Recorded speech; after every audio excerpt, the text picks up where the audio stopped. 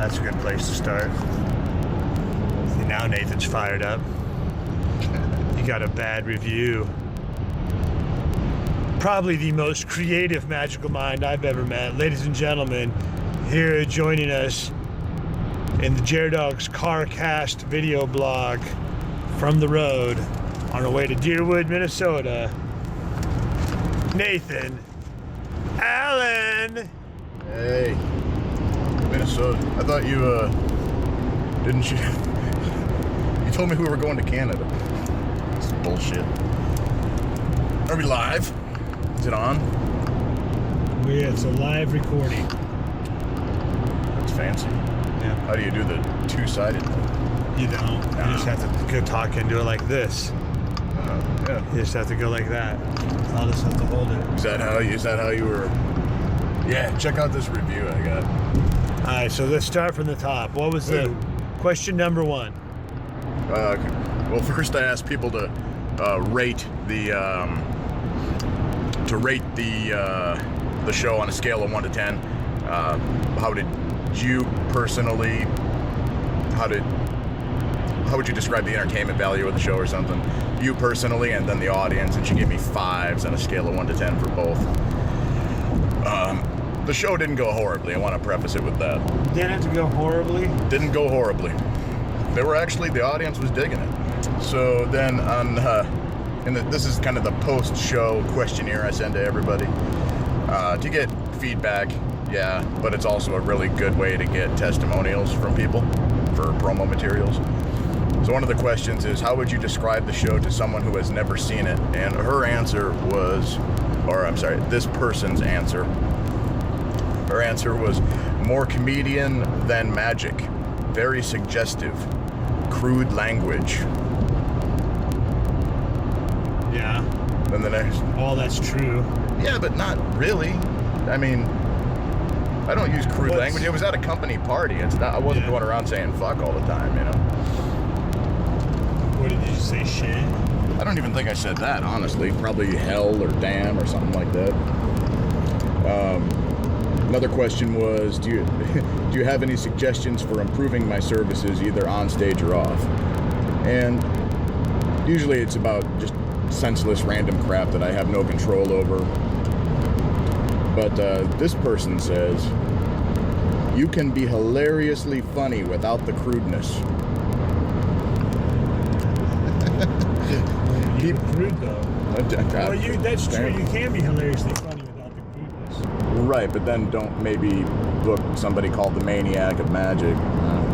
Maybe you should book Silly Billy the birthday clown or something. Right. You just choose to be crude. Right. Just for, because that's funny too. You can be funny and be crude. You can be funny and be clean. You can be funny and be dirty. What he said. Hilariously funny without the crudeness. People like to be shown something they can't figure out. I don't like humor that embarrasses the volunteers. God gave you a talent, and I don't think you are using it to your best ability. Well, right there, that tells you all you need to know. You can be great without the naughty side. Another question is... Yeah, but what fun is that? Well, yeah, you can, but, I mean, that's who I am, and I'm very clear about that on my website. If you go to my website, there's a parental advisory sticker right there. There's a whole page about how it's not a kid's show or a family show. It's for adults. It has innuendo and language and references that aren't for children or the easily offended. So I don't know what the hell. Maybe I was literally the only entertainer they could find. It wasn't booked up on that date or something. Yeah, maybe. Something tells me otherwise. Another question is, what would you say to someone who was thinking of hiring me for an event similar to yours? And usually I get really great testimonials, like, oh, you gotta get this guy. Our employees loved it. Money well spent. Good value. Blah blah blah. This person says, I would not recommend your show. Just not enough entertainment value. Too crude and offensive. Yeah, there's that offensive word. It really kind of hurt my feelings. Well, what's the thing that she wrote about the audience volunteers and embarrassing them? Go back to that. Oh.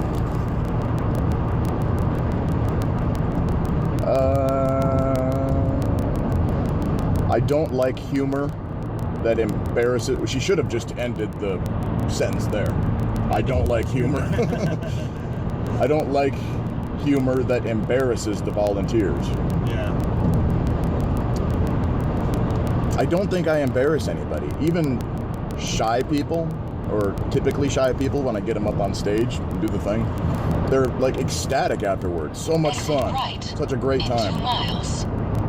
Other people are asking them if we set that up, because sometimes it appears a little too perfect. And of course we didn't.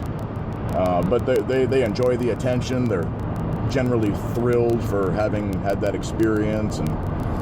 But apparently the humor embarrassed the volunteers.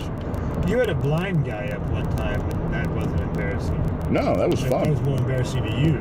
It wasn't even embarrassing to me. It was just. It was just funny. It was just funny. Yeah. Right. Actually, I got that on video. It's on YouTube. I think it's called.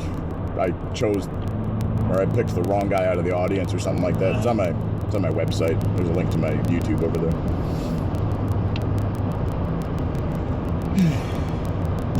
Do you do these reviews on your solo shows? Not anymore because of that. You know, like if they like the show, they rebook you. Right. And if they don't like the show, they don't. And any reason that they give for not booking it otherwise. Here, let me have that stick. Otherwise, that's going to be all echoey. If they like you, they book you. But if not, then they just don't, you know? So any reason that they have otherwise, or any critiques or criticism, it's usually stuff I've already heard or stuff that I've already considered. You know, there's not very much that we do that's not calculated out. I'll admit that a lot of times I will Take the exit right. I will curse frivolously in my act, which I probably don't have to do. There's a lot of times when there is extraneous curse words used, or I'll get a heckler and I'll go a little bit over the line in dealing with them, or sometimes just say the wrong thing. But that shit just happens, man. It just happens. I speak improvisationally. I speak extemporaneously. I'm gonna say shit that just doesn't, and I missed that fucking exit. I knew that was gonna happen. God damn it. See, this is the real life of comedy right here. You missed it again, asshole. Yakking away, and that GPS bitch is going off, telling me where to go. I'm ignoring it while I'm shooting a fucking video blog, pissed off about people's complaining about being offended at comedy shows. Here's another one. This one was for a show that we did together. Here, I'll hold this since you're busy missing exits and shit over there. Here's another one. Okay, so in the 10-star rating, she gave us 9s. So, and the audience dug it. How would you describe the show? Get this. The magic was wonderful, very entertaining and funny. I heard only good things from our guests regarding Nathan's performance. However, we had some guests offended by the content of Jeremy's comedy act. When they say dirty jokes, they're not kidding. Do you have suggestions for improving our services? I think you guys could appeal to a much wider range of audiences if the comedy act was cleaned up as far as content and language. I understand sometimes things are just funnier when you throw in vulgar language and or sexual content, but it gets tiring after a few of the same type of joke, especially for a mixed audience. Yeah, that's I'm not done. Oh, sorry. We all loved the magic act, though. Content, humor, and language.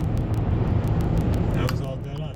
So see, there's the same type of thing. There's two company parties where they both had complaints about the content, but your content doesn't change. Like, your act is pretty much the same from show to show. Pretty much. And one one organization was offended, the other one thought it was great, but they were offended by me. Both company parties. Both were company parties. Language identical. Right, for you. And they're both office professionals. So it's not like I was working for like foul-mouthed, blue-collar automotive mechanics or something at one, and then accountants at the other. Right, essentially the same demographic. They were both, yeah. They were both office types. Well, and they're probably right. We probably would appeal to a broader audience if we cleaned up our language. And there are a lot of bits that I do that are probably a little redundant. I do talk about the same things over and over and over and over again. But then again, what comedian doesn't? We all do it. You latch onto a few topics that tend to dominate your life. For me, parenting and weed and sexuality and relationships, marriage. That's just going to be what I talk about. That's my life. You know? I don't really experience much else. Whoa, we're going to war. Missing exits. That's a big part of your life. Traffic, driving, all that stuff. But that's another thing. I do a wide variety of topics in my act. I do a wide variety of topics. People who are offended tend to be offended by the subject matter, and they'll latch on to one or two things, and then they'll say, that's all you talked about. So if they don't like that I did Walmart jokes, let's say there's somebody that works at Walmart, they love Walmart, they're offended by the Walmart jokes, they'll just say, all he did was make fun of Walmart. If there's someone who's hypersensitive about sex material, they'll say, all he did was talk about sex. If there's someone who's, doesn't like drug material, they'll go, all he did was talk about drugs. So they'll just focus in, hyper focus on the one thing that they're offended by, and then say that's all you talked about over and over and over again. That's really not an accurate description of the act. Well, yeah. Frivolous cursing is. Frivolous cursing definitely is an accurate description of the act. There probably are a lot of times I could clean it up and the joke would go over better. But I'm working on it. There's a lot of bits in there that are unrefined. It's not polished shit. It's not a scripted out thing. I'm not like Nathan. I don't do scripted stuff. I've got polished Me either. bits. I make it all up as I go.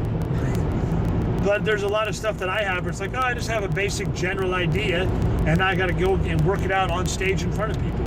That's just how it's going to go down. And when you're doing it that way, sometimes you're just going to have to curse. It's just the quickest thing that comes to your mind. I don't know what to fucking say. You did it again. So according to different groups, your whole act is about having sex in Walmart while on drugs then. Right, depending on what group. You should probably tie it. That's a diversity of subject matter. That's a pretty niche audience.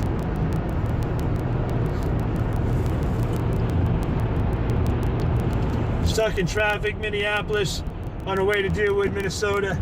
If you guys aren't going to be at keep left. At the deer stand tonight, you're fucked. It's the place to be. It's the place to be, motherfuckers. I thought you said beer stand. This is all sorts of disappointing.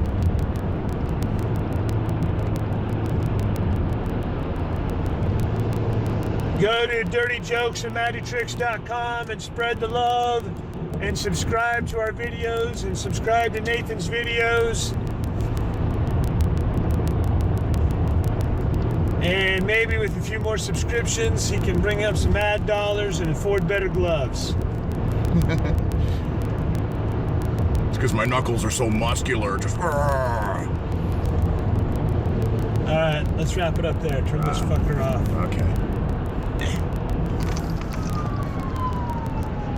I think that was coming after me.